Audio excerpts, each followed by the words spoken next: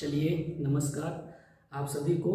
आज जैसा कि हमने आपसे कहा था कि भित्ति चित्रों का जो एक टॉपिक था जो हमारा स्टार्ट हुआ था, उसमें जो आज का टॉपिक है वो हमने कहा था आपसे, क्योंकि आज जो आपका टॉपिक है वो है अजंता।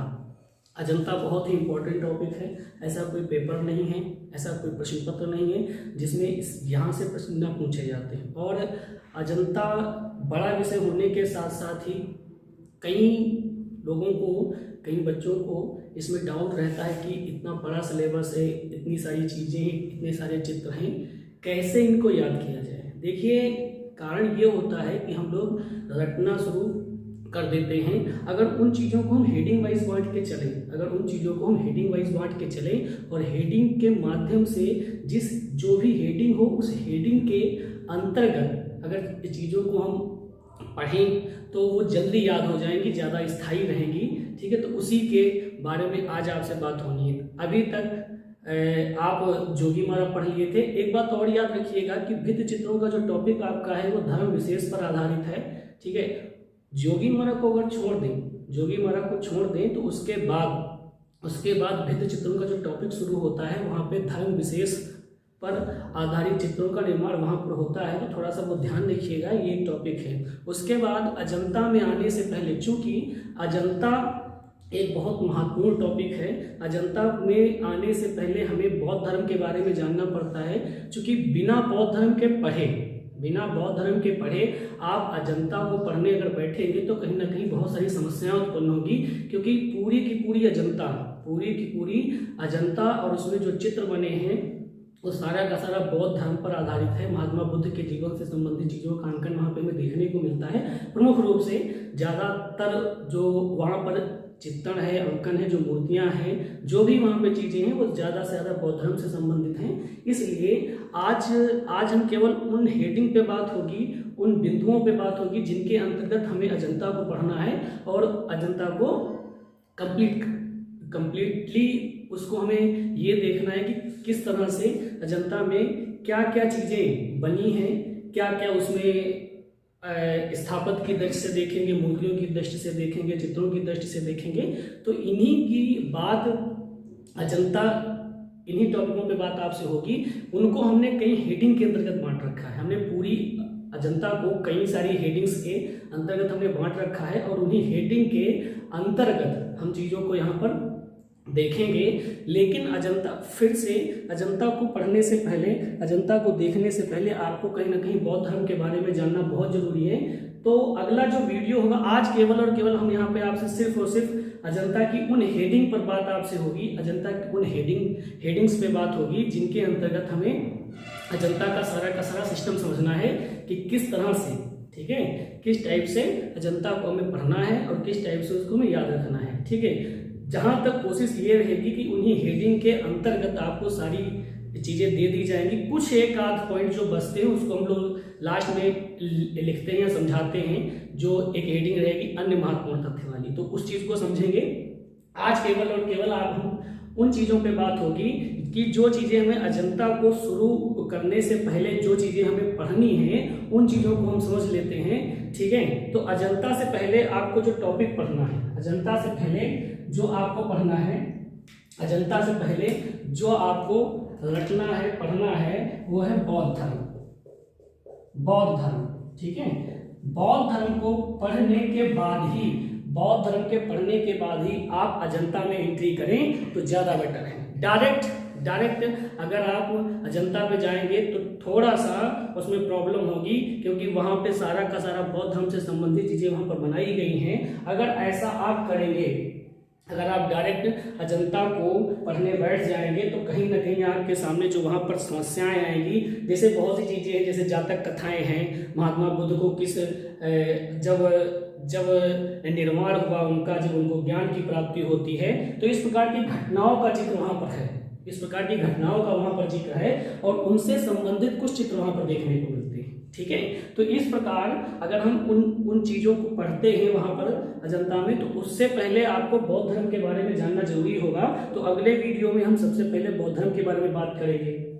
ठीक, एक तो ये पॉइंट हो गया, ये अजंता से पहले आपको पढ़ना है। अब आते हैं अजंता में।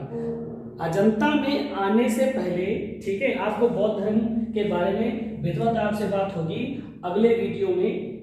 बौद्ध धर्म में जो अच्छी अच्छी बातें हैं, जो अच्छे अच्छे पॉइंट हैं, जो महत्वपूर्ण पॉइंट हैं, जो बौद्ध धर्म से पूछे जाते हैं और जिनका जिक्र अजंता में आगे होगा, ठीक है। तो ये थोड़ी सी बात ध्यान रखेंगे। उसके बाद अजंता में चलने से पहले हम क्या देखते हैं, अजंता में जाने से पहले हम लोग ये कुछ चीजें, अजंता को विधिवत तरीके से पढ़ने के लिए, विधिवत तरीके से पढ़ने के लिए अजंता की गुफाएं, इस टॉपिक को पढ़ने के लिए आपको सबसे पहले हमने, जैसा कि आपको बताया कि हमें बौद्ध धर्म के बारे में पढ़ना पड़ता है, बौद्ध धर्म, इसके बारे में आपको पढ़ना होगा। नॉर्मली अगर जो बात इस पे की जाए तो महात्मा बुद्ध, ठीक है, महात्मा बुद्ध जो बुद्ध से पहले सिद्धार्थ थे, जो शाक्यवंशी राजा के घर में जन्मे थे, लुम्बिनी में, ठीक है, वहां पर वो सिद्धार्थ के रूप में जन्मे थे, ठीक है, सिद्धार्थ के रूप में वहां पर वो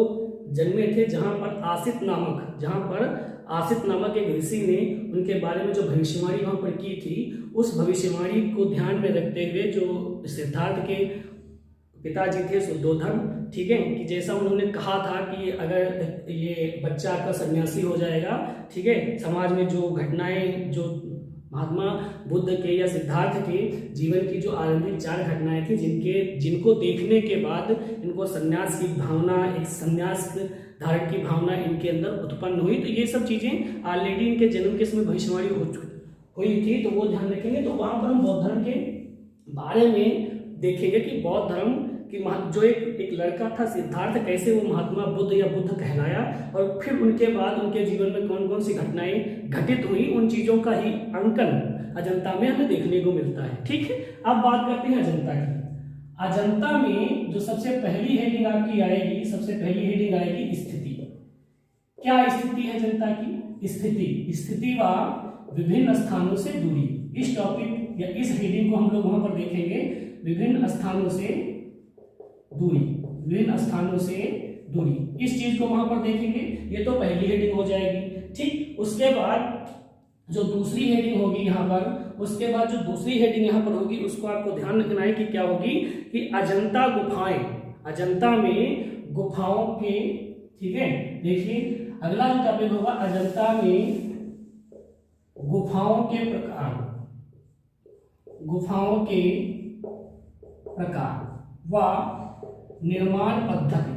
अजंता में कितने प्रकार की गुफाएं हैं और उनको किस प्रकार से बनाया वहां पर गया, उस बात की चर्चा हम दूसरी हेडिंग के अंतर्गत आपसे की जाएगी आपके अगले वीडियो में। उसके बाद तीसरा है, तीसरी जो हेडिंग आएगी, तीसरी हेडिंग के अंतर्गत अजंता में हम जो चीज समझेंगे उसका क्या होगा, गुफाओं का निर्माण। क्या होगा? गुफाओं का निर्माण समय, यानी कि कौन सी गुफाएं किस समय बनी। चूंकि अजंता की खास विशेषता यही है कि अजंता में एक ही समय में लगातार काम नहीं हुआ, या एक ही वंश के अंतर्गत वहां पे सारा का सारा काम नहीं हुआ। विभिन्न समय पर विभिन्न वंशों में यहाँ पर जो कार्य हुआ उसके बारे में हम यहाँ पर देखेंगे कि कौन सी गुफाएं कब निर्मित हुई और किस वंश से उनका संबंध रहा, किन वंश के राजाओं ने वहां पर उनका निर्माण करवाया था, उस चीज के बारे में हम इस हेडिंग के अंतर्गत देखेंगे। गुफाओं का निर्माण व संबंधित वंश, संबंधित वंश, ठीक है, ये रहेगी। उसके बाद संबंधित वंश, उसके बाद आएगा संबंधित वंश, ठीक है। इसके अंतर्गत जैसा कि हमने आपसे कहा, गुफाओं का निर्माण कब हुआ, किस समय हुआ, किस राजवंश में हुआ, किन राजाओं के अंडर में हुआ, उस चीज के बारे में हम तीसरी हेडिंग के अंतर्गत समझेंगे। उसके बाद अगली जो हेडिंग आपकी आएगी, चौथी हेडिंग आएगा अजंता का नामकरण। अजंता गुफाओं का, या इस तरह से लिख देते हैं नामकरण, नामकरण, अजंता का नामकरण कैसे हुआ, कहां कहां पे इसका जिक्र है नामों का, कैसे अजिंठा से अजंता हुआ, ठीक है। अतितंजे नाम का जिक्र भी आता है, अजिंठा गांव का, वहां पर एक गांव भी है। तो कुछ अलग अलग विद्वानों के अपने अलग अलग मत हैं, तो इस चीज के बारे में वहां हम देखेंगे कि किस तरह से अजंता का नाम अजंता पड़ा, गुफाएं जो यहाँ पर स्थित हैं उनका नाम किस तरह से पड़ा, उस चीज के बारे में हम इस हेडिंग के अंतर्गत देखेंगे। 2 ही पॉइंट इसके अंतर्गत हैं, ठीक है, वहां पर हम समझेंगे इस चीज को। उसके बाद अगला जो आपका अगली जो आपकी हेडिंग होगी वे होगी अजंता का कलात्मक विवरण। अजंता का कलात्मक विवरण। कलात्मक विवरण। कलात्मक विवरण के अंतर्गत कई सारी हेडिंग्स हैं जिसको हमने अलग अलग रूपों में बांट रखा है और उसको उसी हिसाब से हम लोग पढ़ते हैं, ठीक है, उसी हिसाब से पढ़ते हैं, ठीक है। उसी हिसाब से हम लोग यहाँ पर देखते हैं कि क्या क्या है इसमें और किस किस टाइप से इसकी खोज होगी, ठीक है। इससे पहले एक हेडिंग और आती है, उसको देख लेते हैं, फिर बाद में इसका जिक्र आएगा, पहले उसको समझ लेते हैं। तो यहाँ पर जो 5वीं हेडिंग थी उसको हम थोड़ा सा बदलेंगे। इसमें क्या है, 5वीं हेडिंग आएगी यहाँ पर खोज संरक्षण व प्रतिलिपियां, ठीक है, प्रतिलिपियों आदि का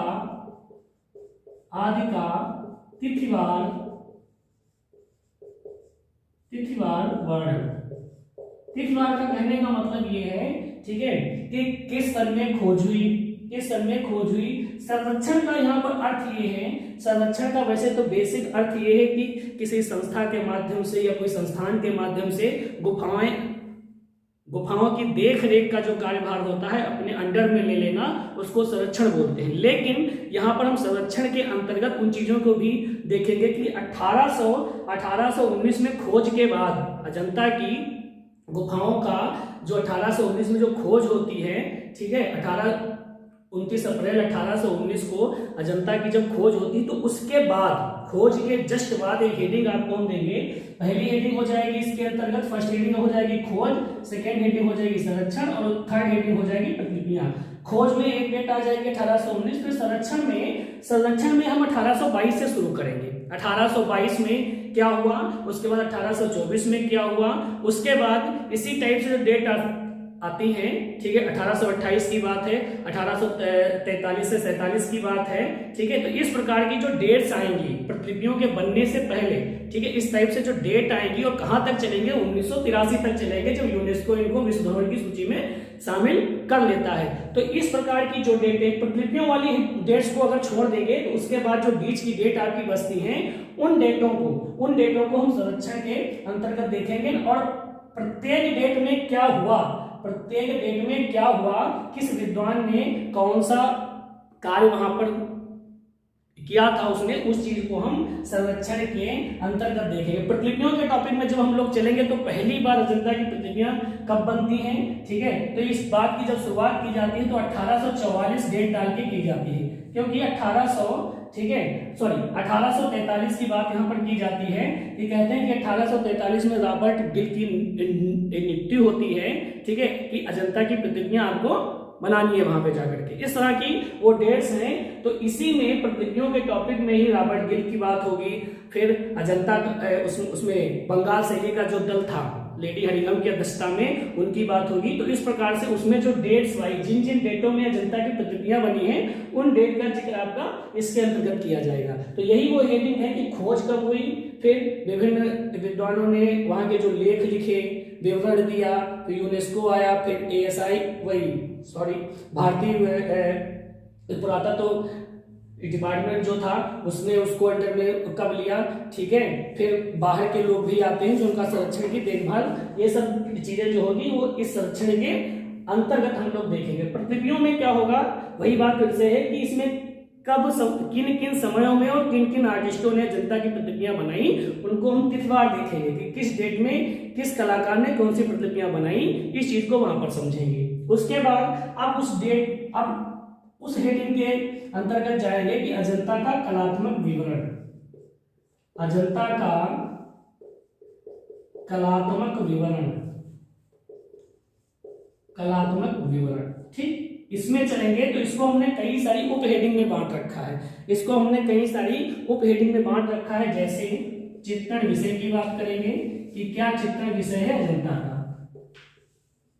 दूसरी हेडिंग इसके बाद है चित्रण विधान, कि कौन सी चित्रण टेक्निक का यहाँ पर पालन हुआ है, चित्रण विधान। उसके बाद थर्ड हेडिंग जो यहाँ पर होगी रंगांकन तकनीक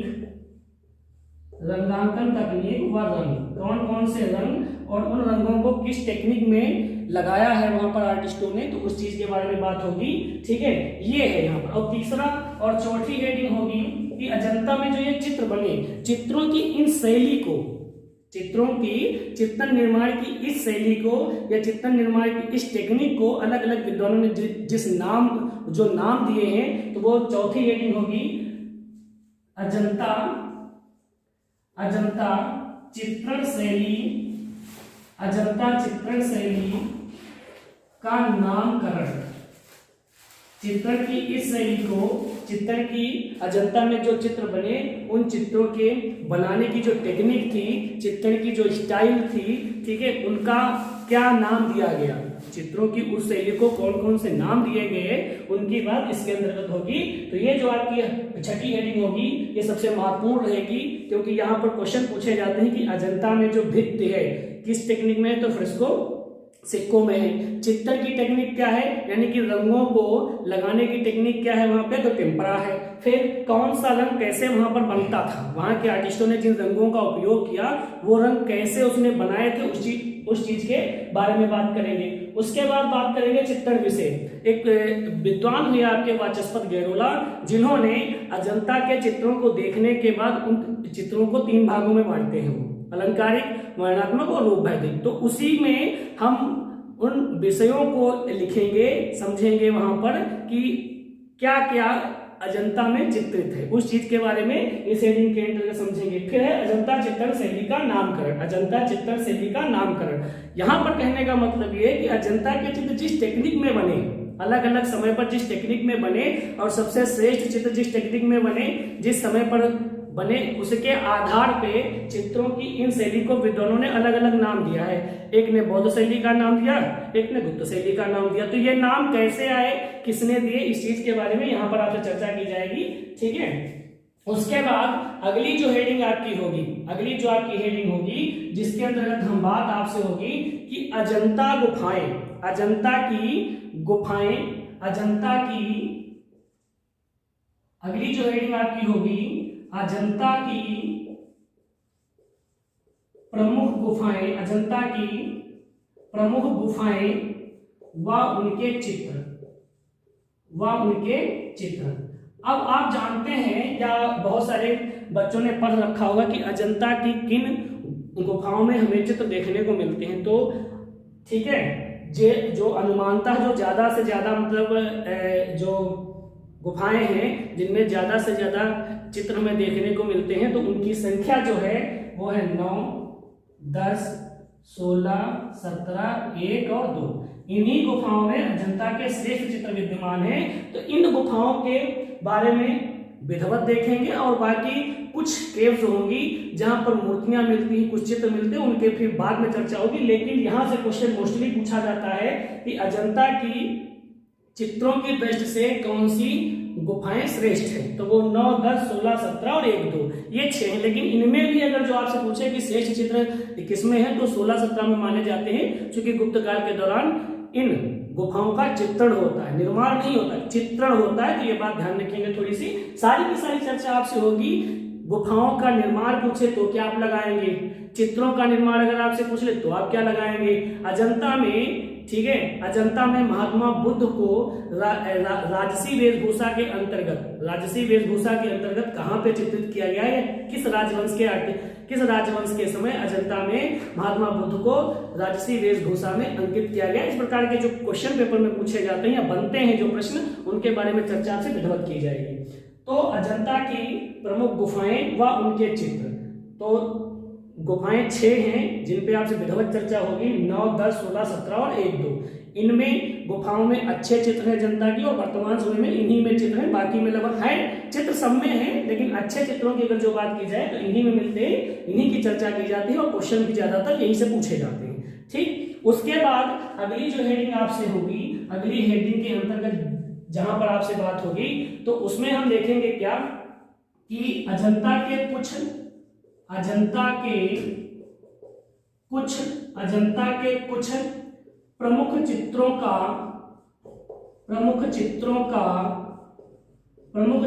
का चित्रात्मक विवरण। इसके अंतर्गत क्या होगा कि हम उन चित्रों को वहां से उठाएंगे जिनके बारे में एग्जाम में पूछता है। जैसे माता पुत्र है या मदर एंड चाइल्ड उसी को बोल लें, या राहुल समर्पण उसी को बोल दें, ठीक है। दूसरा मरती हुई राजकुमारी, ठीक। तीसरा एक चित्र है बुद्ध का जन्म, एक तो ये, फिर है अवलोकितेश्वर बुद्ध, फिर एक है पद्मपाणि बोधिसत्व। कुछ मूर्तियां भी आती हैं, ठीक है, जैसे मार्गविजय की मूर्ति इंपॉर्टेंट है, पूछी जाती है। तो इस प्रकार से चित्रों के साथ साथ हम कुछ मूर्तियों के बारे में भी वहां पर देखेंगे जो इंपॉर्टेंट है, जो पेपर में पूछी जाती है। क्या विषय है इनका, किस लिए ये चित्र फेमस है, इस प्रकार की चीजें हम वहां पर देखेंगे चल करके इस हेडिंग के अंतर्गत। उसके बाद जो आपकी लास्ट हेडिंग बचती है, उस हेडिंग के अंतर्गत अगर हम चलेंगे, तो उसमें है अजंता के अन्य तथ्य। अन्य तथ्य का मतलब यहाँ पर यह रहता है कि ओवरऑल जो एक प्रश्न बनते हैं जनता से, पूरी जनता से जो ओवरऑल कुछ प्रश्न बनते हैं, उन प्रश्नों को हम लोग यहाँ पर लास्ट में लेकर के आते हैं और इनमें हम लास्ट में देखते हैं कि ओवरऑल मतलब एक मोस्टली निचोड़, जिसको हम निचोड़ कहेंगे कि अजंता विशेष रूप से किस लिए जानी जाती है, किस लिए तो भाव प्रधान है। तो इस प्रकार से ओवरऑल जो एक पॉइंट वहां पे निकलते हैं, तो उनको हम लोग यहाँ पर लेकर आते हैं अजंता के अन्य तथ्यों में। तो इस प्रकार से हम अजंता को समझेंगे। अजंता की गुफाएं टॉपिक महत्वपूर्ण है, बड़ा टॉपिक है, क्वेश्चन पेपर में पूछे जाते हैं इससे। लेकिन हम लोगों की दिक्कत ये होती है, समस्या ये होती है कि हम उसको हेडिंग के अंतर्गत ना बांट करके बांटते ही नहीं है और उसको रटना शुरू कर देते हैं। चीजों को जब आप पार्ट वाइज बांट के पढ़ेंगे, हमें पता है कि पहली हेडिंग हमारे नोट्स में ये लिखी है, उसके बाद फिर ये हेडिंग है। तो एक प्रोफार्मा आपके माइंड में होना चाहिए, उस प्रोफार्मा में, ठीक है, भरना आसान होता है। जैसे आपको फॉर्म एक दिया जाता है, उसमें प्रोफार्मा दिया होता है और बाकी सारा का सारा भरते चले जाते हैं। अगर आपको एक ब्लैंक पेपर दे दिया जाए और आपको लिखने को बोल दिया जाए, तो आपके लिए दिक्कत खड़ी हो जाएगी, ठीक है। तो ये इसीलिए एक प्रोफार्मा बनाइए, एक प्रोफार्मा आपके माइंड में होना चाहिए। इस हेडिंग्स के अंतर्गत हमें अजंता को पढ़ना है। इस हेडिंग्स के अंतर्गत जैसे जैसे आपका क्राइटेरिया निश्चित हो जाएगा कि स्थित व विभिन्न स्थानों से दूरी, पहली हेडिंग हमारी होगी स्थित व विभिन्न स्थानों से दूरी, ठीक है। तो स्थिति आप जानते हैं कि भारत देश के महाराष्ट्र राज्य के औरंगाबाद जिले में अजिंठा गांव के पास ये गुफाएं स्थित हैं। नदी पूछे भगोरा, पर्वतमाला पूछे तो सतपुड़ा पर्वतमाला, ठीक है। तो ये एक लोकेशन है, सीधी सी बात है, कोई रटने की जरूरत नहीं है कि अजंता की गुफाएं महाराष्ट्र राज्य के औरंगाबाद जिले के अजिंठा नामक गांव के पास सतपुड़ा पर्वतमाला पर स्थित है। सीधा सा पॉइंट, सीधा राज्य बनाइए महाराष्ट्र, जिला बताइए औरंगाबाद, पर्वतमाला सतपुड़ा, नदी भगोरा, ठीक। तो इस प्रकार से सीधी सी सिंपल सी, जहां आप दो लाइनों में उस चीज को रटेंगे, आप 4 पॉइंटों में रट डालेंगे उसको। तो इस तरह से चीजों को पढ़िए, ठीक है। गुफाएं कोई भी हो, सिस्टम बना लीजिए। स्थित तो सबकी पूछेगा, चाहे बादामी हो, लेहरा हो, एलिफेंटा हो, सिकंदवासल हो, सिकरिया हो, स्थित सबकी आपको पता होगी। खोज वाली डेट सब में आएगी, खोज वाली जो बात होगी वो सब में होगी। अगर जोगीमारा को छोड़ दें, ठीक है, जोगीमारा को छोड़ दें और एलोरा को छोड़ दें, वहां पे हमें खोज की जानकारी नहीं मिलती है कि इनकी खोज किसने की थी, ठीक है, तो वो वहां पर छोड़ देते हैं। एलिफेंटा के बारे में आता है कि इनकी खोज पुर्तगालियों ने की थी। ये भी एक क्वेश्चन पेपर में आता है कि अजंता की खोज किसने की थी। ऑप्शन दे देगा आपको, अंग्रेजों ने की थी, पुर्तगालियों ने की थी, फ्रांसीसियों ने की थी, डचियों ने की थी। तो इस प्रकार से भी वो क्वेश्चन पूछ लेते हैं। तो अपना माइंड सेट रखिए, ठीक है, क्वेश्चन चाहे जैसे पूछे, आप अपना सिस्टम बना लीजिए कि ऐसे ऐसे हमें चीजों को पढ़ना है, ऐसे ऐसे हमें चीजों को पढ़ना है। हम दिक्कत ये होती है कि हम लोग रट लेते हैं, लेकिन जब क्वेश्चन पूछे जाते हैं तो हमारा सिस्टम ही नहीं होता है कि हमें कहाँ जाना है। कंप्यूटर आप देखे होंगे, कंप्यूटर में हर चीज का एक सिस्टम है। पहले ये फोल्डर खोलिए, उसके अंदर फिर ये फोल्डर है, फिर एक फोल्डर है, इस तरह से चीजें सेट होती हैं और हमें आसानी से वो चीजें मिल जाती हैं। चले जाते हैं कि हाँ ये वाला जो मैटर था हमारा इस फोल्डर में सेव है, तो वहां पर गए, उसको खोल लिया। तो इसी प्रकार से यहाँ पर आप बना लीजिए कि किस फोल्डर के अंतर्गत हमें क्या पढ़ना है। स्थित के अंतर्गत क्या पढ़ना है, गुफाओं का प्रकार। आप जानते हैं बौद्ध जो बौद्ध आर्ट है, बौद्ध आर्ट के इतिहास में 3 चीजें आती है। एक तो स्तूप पूछा जाता है, स्तूप, दूसरा चैत्य और तीसरा बिहार गुफाएं। 3 चीजें बौद्ध इतिहास में, बौद्ध स्थापत्य के अंतर्गत 3 चीजें। इसके बारे में भी आपसे चर्चा होगी कि बौद्ध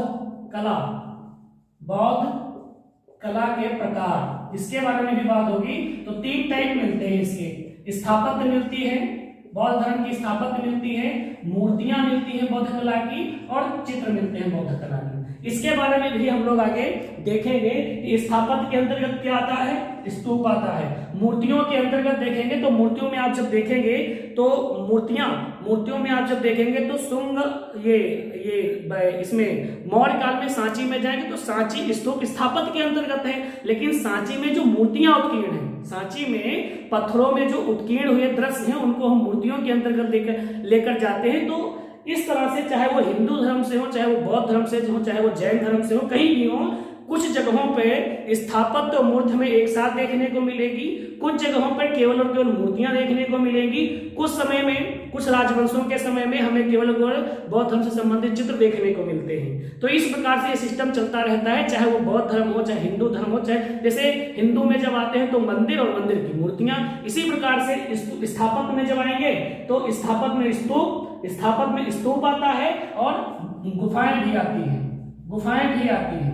स्थापत्य के अंतर्गत स्तूप, गुफाएं, मंदिर, मस्जिद, मीनार, ये सब काहे में आते हैं, भवन, महल जो भी आते हैं सब स्थापत्य के अंतर्गत आते हैं। इन गुफाओं के भीतर